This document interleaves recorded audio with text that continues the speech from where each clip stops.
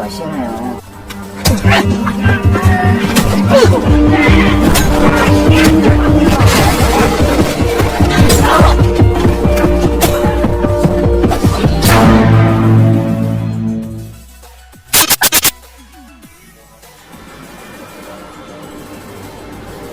Di awal film kita akan diperkenalkan dengan seorang anggota gangster bernama Sute yang kala itu sedang terburu-buru pergi dari sebuah rumah besar.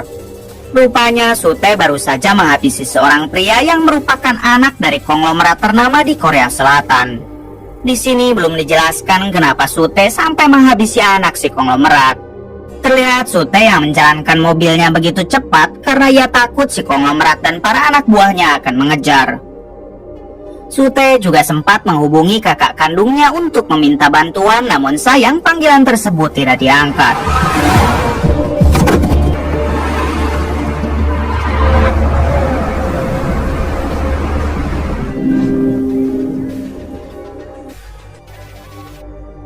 Selang beberapa saat, Sute berhenti di sebuah tempat karaoke lalu masuk ke dalam. Ternyata di tempat karaoke itu istri Sute bekerja sebagai kasir dan diketahui dia bernama Agnes. 30 menit kemudian terlihat Agnes yang begitu panik dan ia mencoba menghubungi seseorang. Namun sialnya panggilan tersebut tidak diangkat, lalu Agnes memutuskan pergi dari tempat karaoke. Apa yang sebenarnya terjadi di tempat karaoke dan kemanakah Sute, kita akan tahu nanti.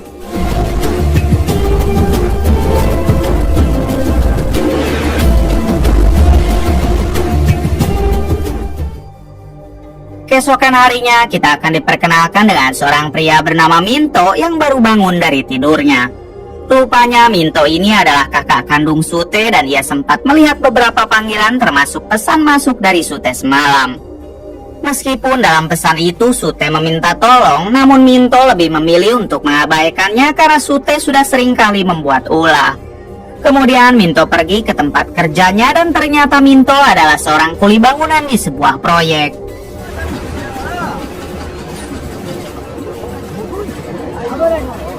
Setibanya di sana, Minto melihat semua teman-teman kulinya yang sedang melakukan demo karena sudah 2 bulan gaji mereka belum dibayar termasuk gajinya Minto. Minto yang ikut kesal dengan cepat ia pun masuk ke dalam untuk mendatangi bos proyek lalu melakukan hal ini. Setelah menghajar dan mengancam si bos proyek, akhirnya Minto diberikan full gajinya. Terungkap fakta kalau Minto dulunya merupakan mantan tangan kanan bos gangster paling brutal. Ia juga lah yang dulu memasukkan Sute adiknya ke dalam gangster itu sebelum Minto sendiri memutuskan keluar dan bekerja sebagai kuli. Setelah mendapatkan uang gajinya, barulah Minto menghubungi balik Sute untuk bertanya ada masalah apa. Akan tetapi ponsel Sute tidak aktif sehingga Minto mencoba menghubungi Agnes, istrinya Sute. Namun karena nomor Agnes juga tidak dapat dihubungi, akhirnya Minto memutuskan untuk mendatangi kosan milik Sute. Setibanya di sana, Minto tidak menemukan Sute maupun Agnes. Ia hanya menemukan bekas suntikan barang haram karena Sute adalah seorang pecandu. Setelah itu, Minto pergi ke markas mantan kelompok gangsternya dulu berharap ia bisa menemukan Sute di sana. Adegan berpindah kepada detektif polisi yang baru mendapat laporan tentang anak si konglomerat yang Sute habisi semalam. Dengan cepat si detektif langsung mengajak temannya untuk mendatangi kediaman Sute karena sidik jari Sute ada di lingkungan TKP. Di tengah perjalanan, teman si detektif sempat membahas tentang Minto kakak Sute yang terkenal sangat brutal dan cukup disegani di kota ini. Si teman takut jika mereka sampai menangkap Sute, Minto kakaknya akan ikut campur. Si detektif menjawab, kita tidak usah takut karena kita di jalan yang benar. 청유파에서 생활을 했다는데 지금 연락을 안 받는 건지 못 받는 건지 모르겠네. Sesampainya di kosan Sute, si detektif dan temannya tidak menemukan Sute ataupun Agnes istrinya. Kemudian si detektif bertanya kepada ibu kos tentang kemanakah Sute pergi. Ibu kos mengatakan kalau dirinya tidak tahu sebab dari kemarin Sute dan Agnes belum pulang. Lalu si ibu juga menceritakan terkait Sute yang sering sekali melakukan KDRT kepada Agnes istrinya. Sehingga ibu kos berasumsi sepertinya Agnes kabur dengan membawa putrinya, sedangkan Sute sedang mengejar Agnes. Mendengar informasi tersebut, si detektif pun berterima kasih lalu bergegas pergi.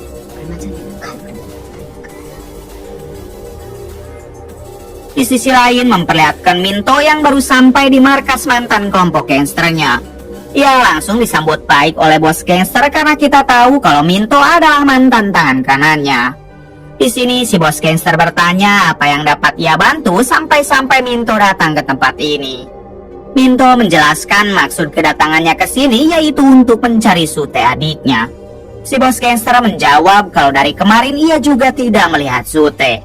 Namun Minto jangan khawatir karena si bos gangster akan mengerahkan pasukan demi bisa mencarinya. 알려주고 도움 주고. 요즘 뭐 삼거리들이랑 문제 없으시죠? 일단 알았으니까 가서 기다려봐.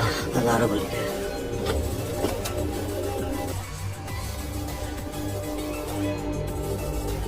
Di hari berikutnya, Minto dipanggil oleh pihak kepolisian karena mereka baru saja menemukan jasad seorang pria yang diduga adalah Sute. Ketika dilihat, Minto dibuat shock karena jasad tersebut memang benar Sute adiknya. Minto juga tampak murka karena jasad sang adik sampai tidak utuh seperti itu.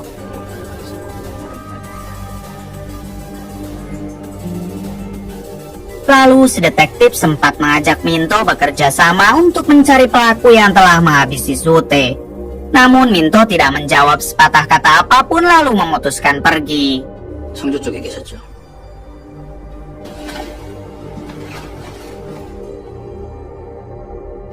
Setelah itu Minto mendatangi salah satu anggota gangster bernama Alek karena diketahui Alek adalah sahabat dekat Minto. Di sini Minto meminta bantuan Alek untuk mencari pelaku yang telah menghabisi Sute.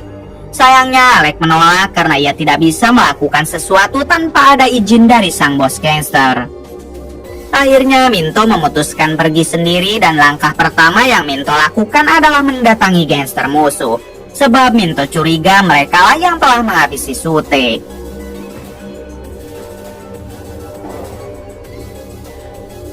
Sesampainya di markas gangster musuh, Minto dihadang oleh beberapa anggota sebelum bertemu dengan ketua gangster itu. Jelas Minto langsung membrutal hingga terjadilah aksi baku hantam.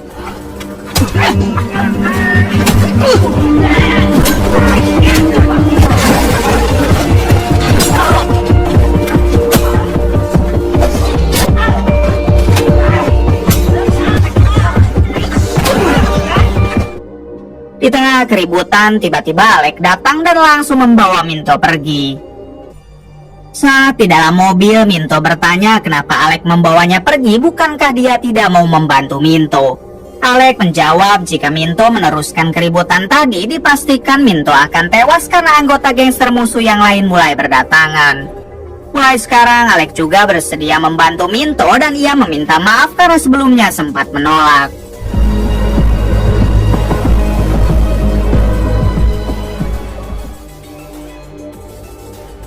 Adegan berpindah ke si detektif polisi dan timnya yang kini sudah menemukan lokasi di mana Sute dihabisi. Ternyata Sute dihabisi di dalam tempat karaoke yang sebelumnya ia datangi. Kita tahu kalau tempat karaoke itu adalah tempat Agnes istri Sute bekerja menjadi kasir.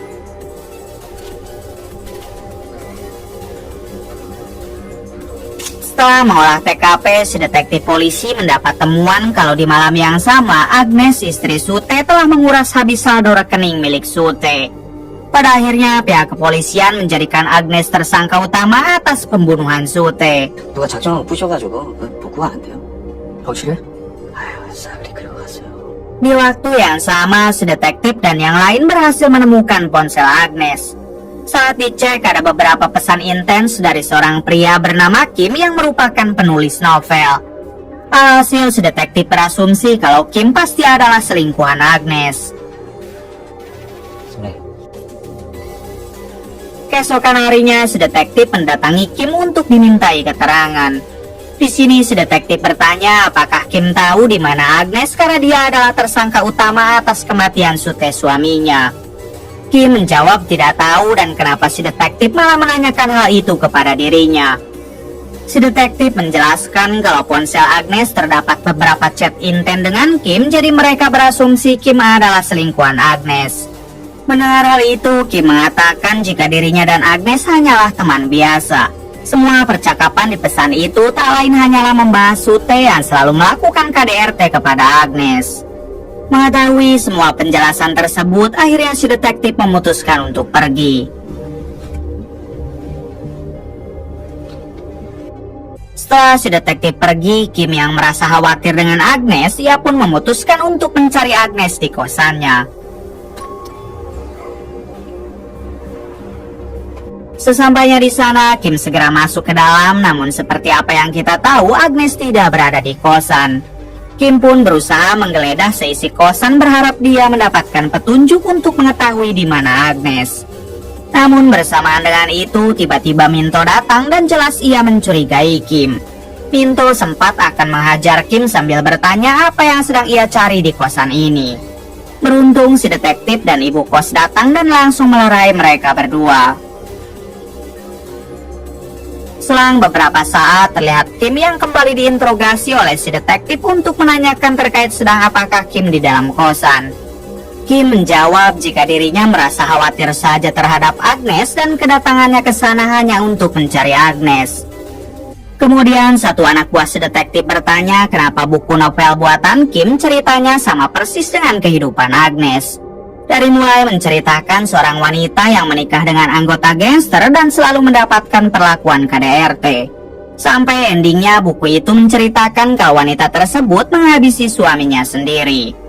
Kim menjelaskan kalau semua buku novelnya hanya cerita karangan atau fiksi. Jadi tidak ada kaitannya dengan kehidupan Agnes dan kalaupun itu mirip pasti hanyalah sebuah kebetulan. Setelah itu Kim pamit pergi karena masih banyak urusan yang harus